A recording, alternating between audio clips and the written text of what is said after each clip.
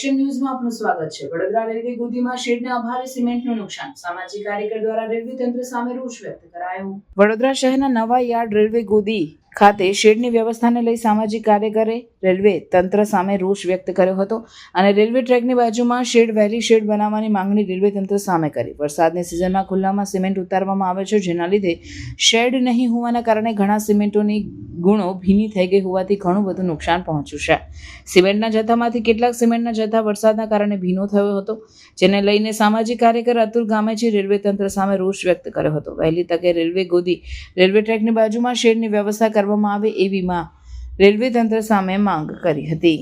વડોદરા શહેરના આપણે નવાયાર્ડ રેલવે ગોદીની જે જગ્યા છે ત્યાં ઊભા છે અને જે તે રેલવેમાં તમામ પ્રકારનો માલ આવતો છે। સિમેન્ટ જે આવી રહ્યો છે, આ સિમેન્ટ અહીંયા ખુલ્લામાં ઉતારવામાં આવી રહ્યું છે। જો હમણાં કંઈક વરસાદ પડે તો આ સિમેન્ટ આખો બગડી જઈ શકે છે, એટલે એક બાજુ કોન્ટ્રાક્ટરને પણ માર પડે છે। આપણે આગળ પણ જોયું કે સિમેન્ટ ઘણો પલળી પણ ગયો છે, તો રેલવે વિભાગ દ્વારા અહીંયા શેડ બનાવવો જોઈએ। જો અહીંયા શેડ બનાવે તો લોકોનો સિમેન્ટ, અનાજ કે અન્ય જે પણ વસ્તુઓ આવે છે એ બગડે ના, પરંતુ કેટલાય વર્ષોથી અહીંયા શેડ નથી બનાવતો, જેના કારણે કોન્ટ્રાક્ટરને ભોગ બનવું પડે છે। કોન્ટ્રાક્ટરને માલ બી બગડી જાય છે, સાથે ભાડું પણ એનું ચૂકવવું પડે છે। એટલે ક્યાંક ને ક્યાંક રેલવે વિભાગે આટલી મોટી ગોદી છે, નવાયાર્ડનું મોટું સ્ટેન્ડ છે, અહીંયાથી આટલો બધો માલ ઉતર્યો, જાત જાતનો માલ સિમેન્ટ ઉતરી રહ્યો છે, તો આવી જગ્યાએ તાત્કાલિક ધોરણે શેડ બનાવવો જોઈએ।